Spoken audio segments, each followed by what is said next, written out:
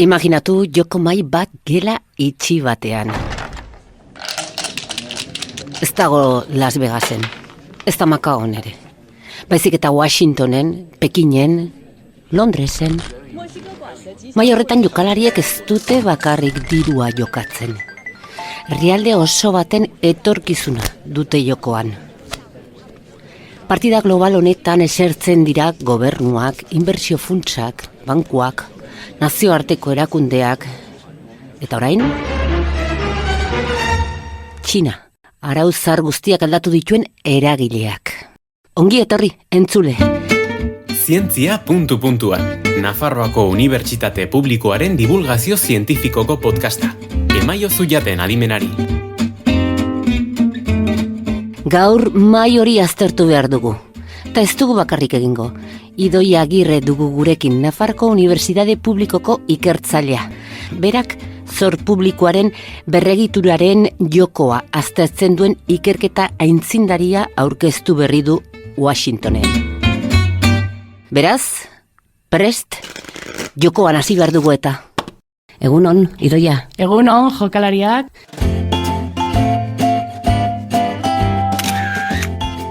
Ni Idoia Agirre naiz, Nafarroko Unibertsitate Publikoko irakaslea, eta nire ikerketa beti zentratu izan dut makroekonomian.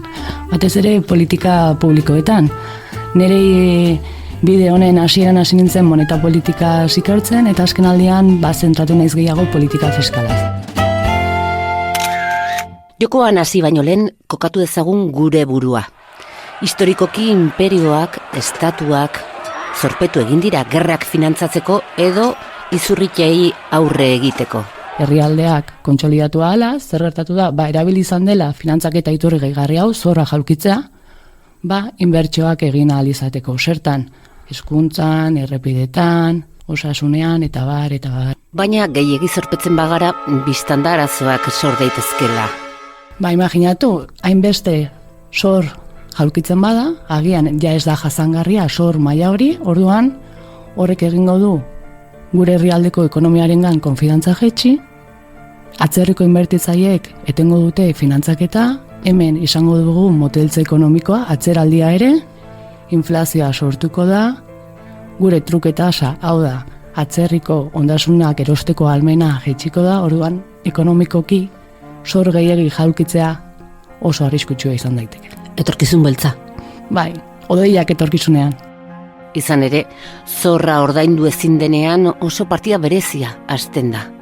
Zorraren berrantolaketaren jokoa. Gure kasuan bezala ez, hipoteka bat baldin badaukagu, iristen da agian hilabete txar bat eta ezin dugu ordaindu. Orduan, hemen sartzen da moneta funtsa. Egiten digu azterketa bat, eta ikusten du benetan ez dela jasangarria zor hori. Orduan, hemen gu hasiko gara, gure hartzekodunekin negoziaketa egiten. Nor dira hartzekodun horiek, Idoia? Nor dira jokalariak partida horretan? Nire ikerketan 3 hartzekodun mota desberdin ditut. Alde batetik, Pariseko kluba, hau da, erakunde ofizial bilateralak, hemen dauzkazu Pariseko klubean Frantzia, Estatu Batuak, herrialde potenteak, eta sektore pribatua, banku pribatuak, funtsak eta bonoak dituztenak. Gero, Txina sartu da, ezustekoan merkatuan, eta hartu du leku preferentea esango nuke. Baina ez da jokalari potolo bakarra. Hemen ere ditugu, Estatu Arabiarrak, Kuwait eta diru asko ematen. Txina aztertu dugu, interesatzen zaigu Pariseko klubaren leku aldaketa hau. Eta hau gertatu da batez ere Txinarekin Afrikako estatuetan. Eta Latinoamerikako herrialdeetan. Horiexek jokalariak. Arauak berriz ez dira oso argiak. Eragile horiek guztiek pizgarri desberdinak dituzte. Alea ere, partida hasten da.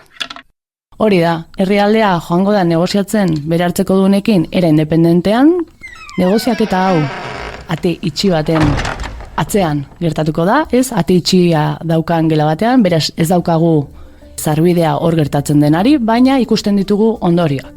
Orduan guk ikusten duguna da, nola herrialde bakoitzak bere hartzekodun batekin berregituratu duen zor. Epeak pilatuz sortzen ditugu jokoak.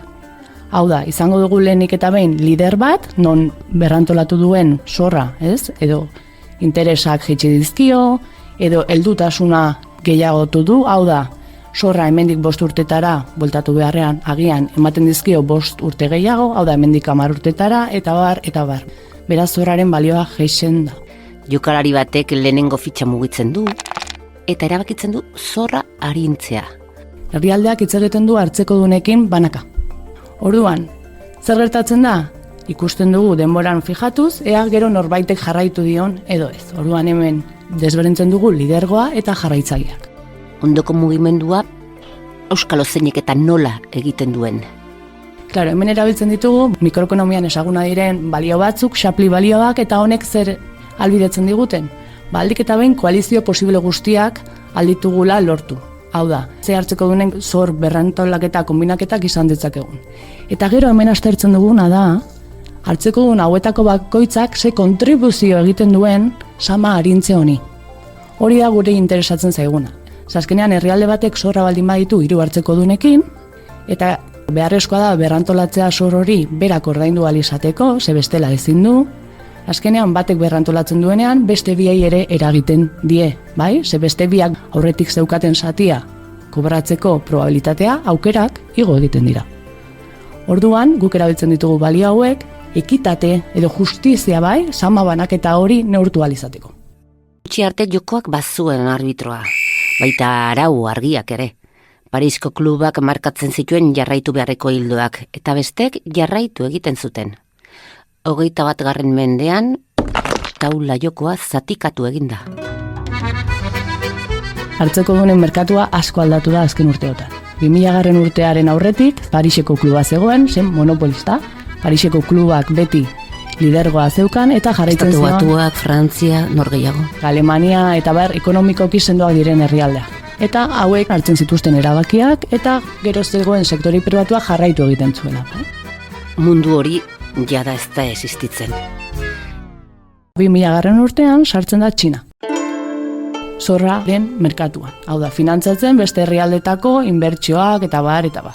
Adibidez, Adibidez... aireportu bat. Bai, aireportua, Afrikan petrolioa ateratzeko industria, trenak, errepideak, eta bar, eta bar. Ikusten da, hasieran ez zuela asko kontrolatzen, berrantolaketak, berregituraketak eta samak ez zituela hainbeste arintzen, baina 2009 aurrera, kontuz honekin, Txina da lehena, ia joko guztietan herrialdei sama arintzen. Ara, txikitik handira enbideoa. Kasu honetan ikusten ari garena da, joko gehienetan, egoera gehienetan, ez diola beste inorrek jarraitzen. Beraz, Txinak bakarrik, era bakartian, ematen duela arinketa hau. Zer suposatzen du horrek? Honek erakusten digu, gaur egun ez dagoela koordinaziorik bakoitzak egiten duela bere aldetik, eta batez ere Pariseko klubak eta Txinaren arteko gatazka hori edo asinkronizazio hori ematen dela. Ez dago oso ongi diseinatua joko kooperatiboa izan beharko lukeena, gehienek paso egiten dute. Claro, hortaz, behitu, 2020. urtean, G20ko markoan sartu zen Comparability of Treatment klausula bat. Hau da, konparagarritasuna. Honek esaten zuen, herrialde honen arintzearen baldintzak Pariseko klubarekin sinatzen zirenean, beste hartzeko dunekin antzeko baldintzak ere izan beharko zituela. Eta honek esaten zuen, ekitatea eta bar bultzatuko zuela. Baina azkenean zertzen, Pariseko klubak jartzen ditu arauak eta besteak jarraitu beharko dute. Orduan, orain mailan, teorikoki ere, Txina isertzen hasi da Pariseko klubarekin eta sektore pribatua ere.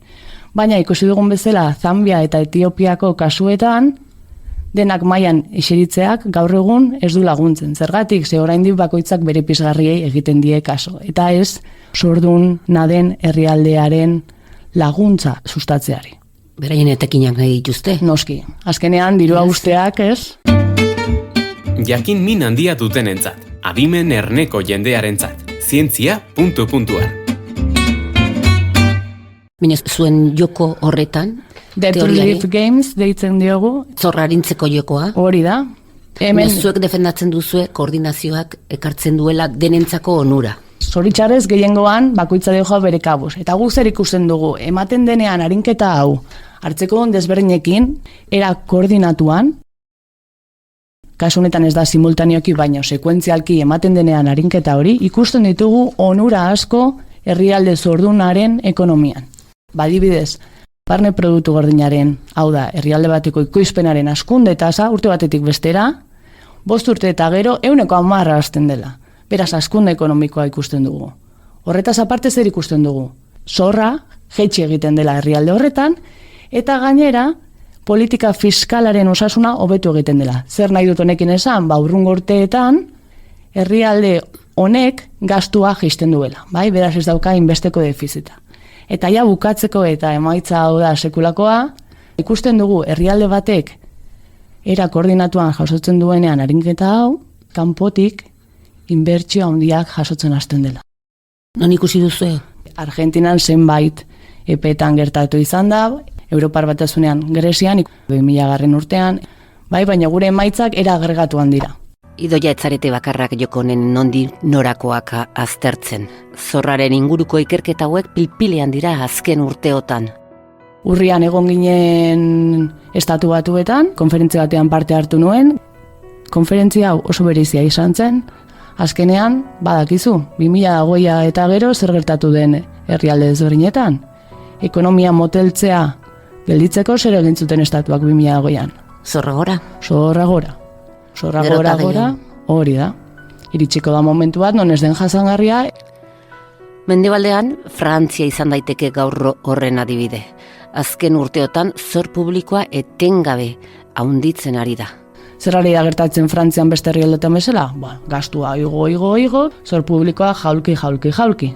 Zor maila altua daukasunean, finantzak eta merkatuek zor hori erosializateko edo finantzatualizateko eskatzen dizkizute errendimendu handiagoa. Ze konfidantza jaisten dute. Orduan Macronek zer egin beharko du? Gutxiago ordaindualizateko zor horrengatik, bere politika fiskala kontraktiboagoa egin beharko du. Hau da, zorrak igo edo gastu publikoa jaitsi defizita arintzeko. Zer gertatzen da horrelako aldaketa strukturalak egiteko behar duela botere politikoa. Eta kasu honetan ez dauka senatua bere alde. Orduan, egoera batean dago Frantzia gaur egun. Blokeatuta, non ikusiko dugu zer gertatuko den urrungo hilabeteetan. Politikoki kasu honetan blokeatuta eta ekonomian ikusten dugun bezala efektu zuzena.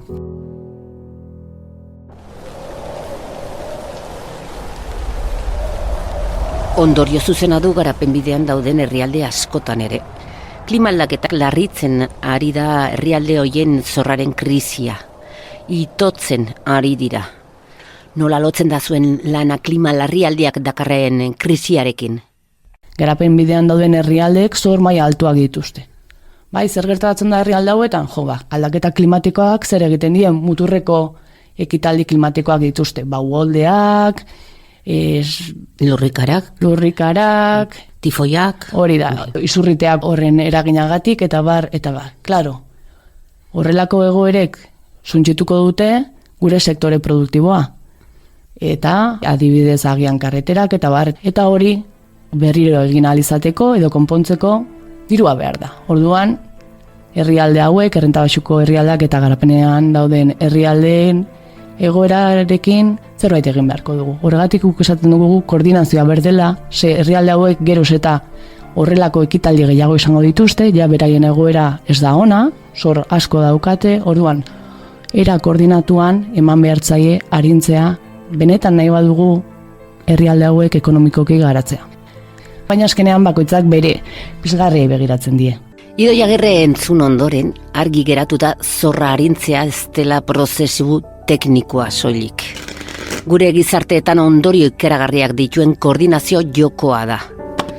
Joko honetan, jokalariak oso gutxitan aritzen dira elkarlanean. Naiz eta jakin, elkarlanean denok irabazten dugula. Baina gertatzen denean, herrialdeak hobeto, azkarrago eta gizarte kalte gutxiagorekin errekuperatzen dira. Bitartean, esaera zarrak dioen moduan, jokoan norbait irabazle, gehienak galtzaile. Esker mila noitz, Idoia. Zuei. Izan ongi. Berdin. Izan ongi entzule, hurrengora arte. Zientzia puntu-puntuan entzun duzu. Nafarroako Unibertsitate Publikoaren podcasta. Gozatu zientziaz. Laguntzaileak Nafarroko Gobernua eta Zientziarako eta Teknologiarako Espainiako Fundazioa.